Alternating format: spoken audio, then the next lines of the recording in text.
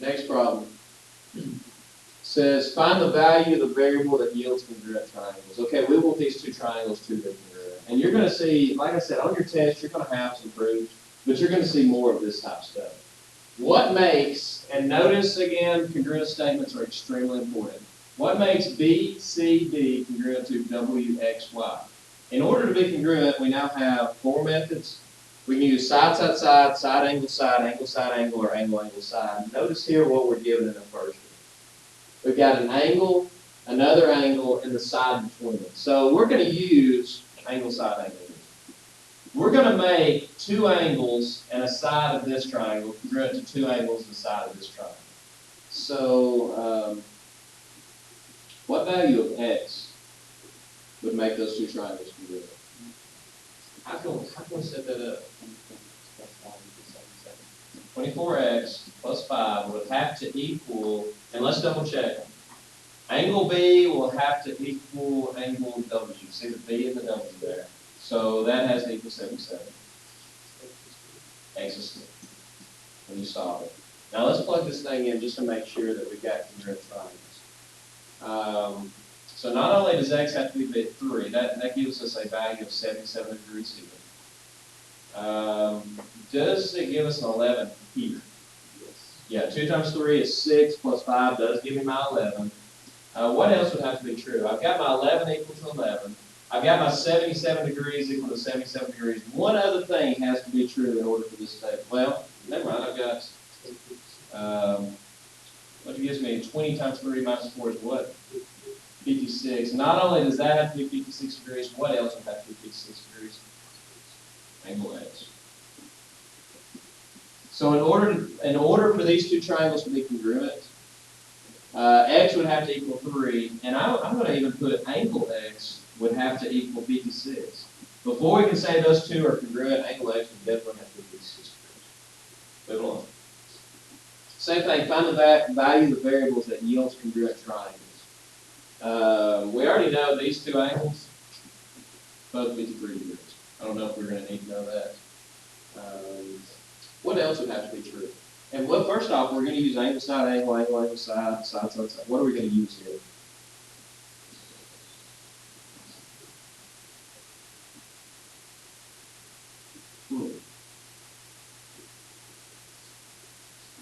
I've got two angles congruent.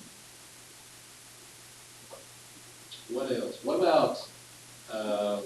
about this? These two values. If I could prove that those two values are the same, and that would then, let's see, they don't give me a congruent statement on this. So these two are the same.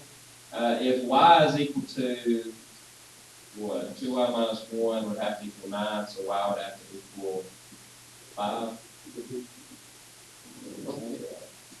Yeah, there we go. That happens. Y would have to equal 5. Now all of a sudden we've got these two sides are the same. These two angles are the same. So what else would we do? You plug y in. That would be 70 minus 8. That makes this 62 degrees. That makes this 65 degrees. Scribble out all that. So what else would have to be true? This is 9 now. What else would have to be true? Not only would y have to equal 5, but we'd also need to know, and there's several different directions you could go here. We'd have to know that, say it. If you knew that HM, let's go there. If you knew that HM is equal to 8.1, right?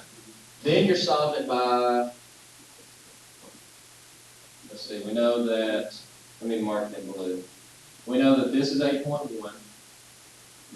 We know that these are both 9. There's two sides. You could use side, angle, side. If you knew that Q was 65 degrees. Can I use angle, side, side? Because we know these are the same. Can we?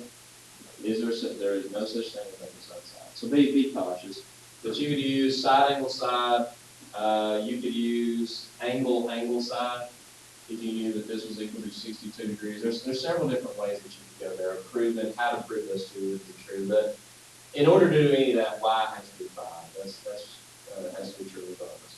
So again, in review, there's 4 ways. If you haven't already written down these 4 ways, do so now. There are 4 ways to prove 2 triangles are congruent. That would be by side, side, side, side, angle, side, angle, side, angle, and angle, angle, side. And we'll talk about the other methods next. These 2. Why is there not an angle, angle, angle, and a side, side, angle? And angle, angle, I've already explained that to you. Watch this. Why is there not an angle, angle, angle theorem? Okay, if I've got 2 triangles, let me copy it. Those 2 triangles are congruent. They have the same angle. You could take and you could measure the angles. The angles are the same, so does that mean the triangles are the same? No. Because look what happens when I do this. Those 2 sets of angles are still the same. Those angles are the same. Those angles are the same, and the third set of angles is also the same. So therefore, just because the 3 angles are the same doesn't necessarily mean that the 2 triangles are the same. The reason for the other has something to do with the hinge theory, or the hinge theorem. Let me see. I don't have. I can't really show you. But just because 2 sides and a non-included angle, just know that there's not that other theorem. Just because 2 sides and a non-included angle is equal to 2 sides and a non-included angle does not mean the 2 triangles are congruent. Okay, your last method, hypotenuse leg. HL. Okay, think about it, guys. Hypotenuse leg. We can only use hypotenuse leg when we're dealing with what kind of triangles? Right. Hypotenuse leg only deals with right triangles. Now, hypotenuse leg is a version of angle side side. But angle side side only works when you're dealing with right triangles. Because really, think of it like this. If this angle and these 2 sides are congruent, doesn't that really make the third side congruent as well by Pythagorean theorem? If 2 sides are the same, the third sides are the same, so really hypotenuse leg can be thought of as kind of like side, side, side. It reminds me a lot of the third angle theorem.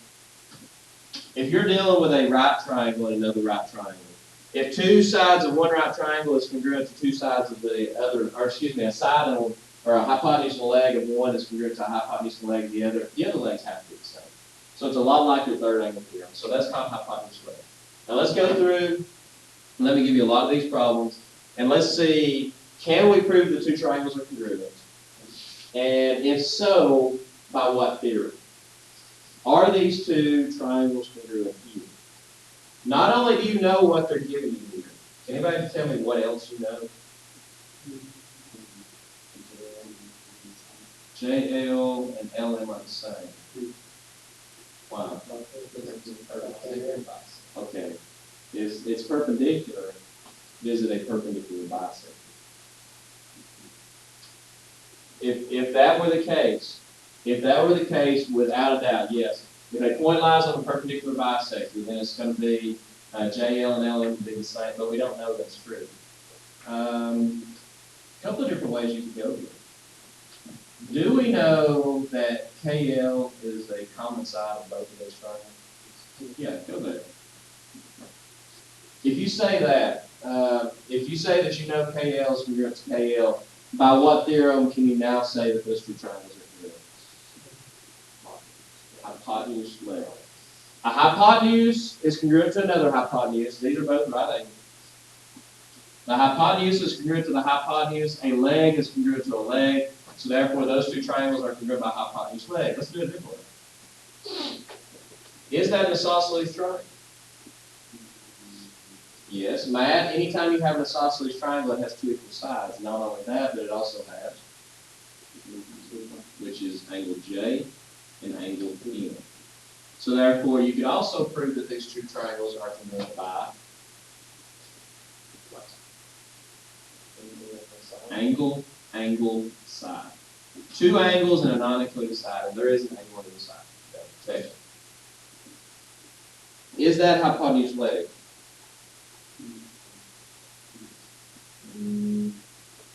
Look, here's a hypotenuse. Do we know the hypotenuse is congruent to the hypotenuse? No. I mean, they don't tell, we know it is, they don't tell us that, but we would know it was. But what else, what other theorem could we use? That's side angle side. Notice you have a side, actually you have two sets of sides. And the angle between them are also equal, that would be side angle side. Those two triangles are given by side angle side. Next. Why are these two triangles together? What else besides what they give us is true? MQ and MQ is the same. So therefore, what theorem would that be? Hypotenuse and a leg. Because you have a right, what I recommend, anytime you have a right triangle, automatically try hypotenuse leg from the get-go. It's either going to be hypotenuse leg or side angle side, one of the two. It's right triangle. Okay, another proof. Lots of proofs. Given that AB is perpendicular to BC. Given AB is perpendicular to BC, what does that tell you?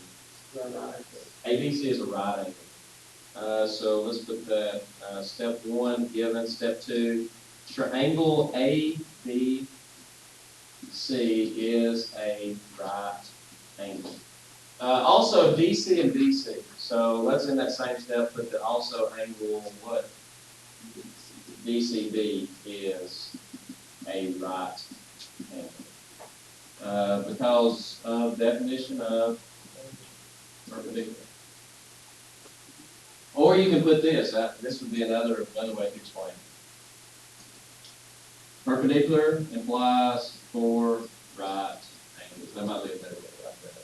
If two lines are perpendicular, then you're going to have, if the lines extend, you're going to have right angles. You're going to actually have 4 right angles that you score. Step number 3. Okay, now we're given that this is a right angle and that this is a right angle. Also, when you're given AC, which is this whole thing here, is congruent to BD. That's also given, which I didn't define given. Step number 3. What else do you know is true about those two triangles? I wouldn't go there. Because we're talking about, let me do 2 different colors here. We're talking about this, which I'm not going to prove what they told me to prove. We're not ready for that yet. I didn't notice that till just now. I want to prove that that triangle is congruent to the red triangle.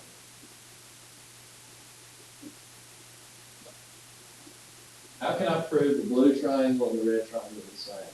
Okay, they both have a 90-degree angle. We know that the hypotenuses are the same. What about one of the legs?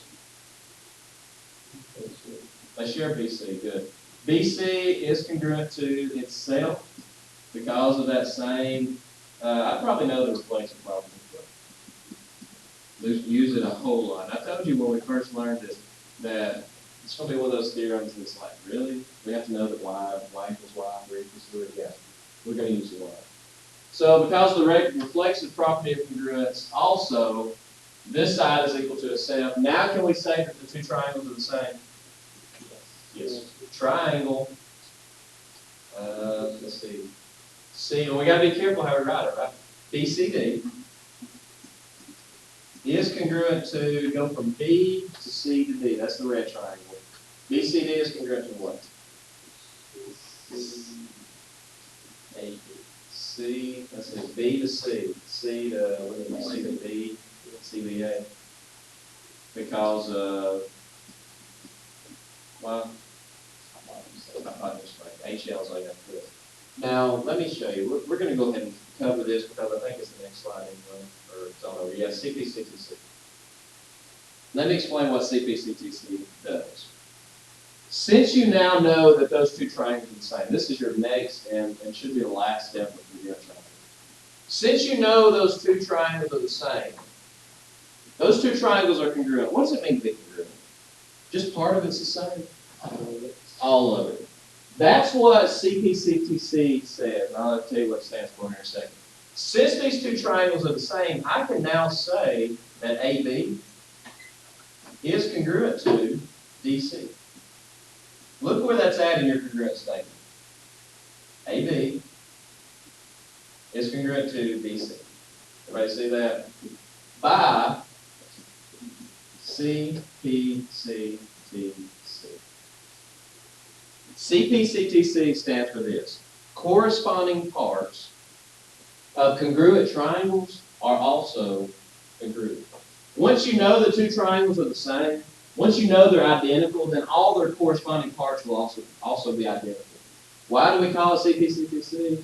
So we don't have to write that out every time we want to use it. Once you prove that two triangles are the same, then you can say all of the corresponding parts are the same. So since these two triangles are congruent, since they're equal to each other, then we know that AB and BC, which are corresponding parts, would also be equal CPCTC.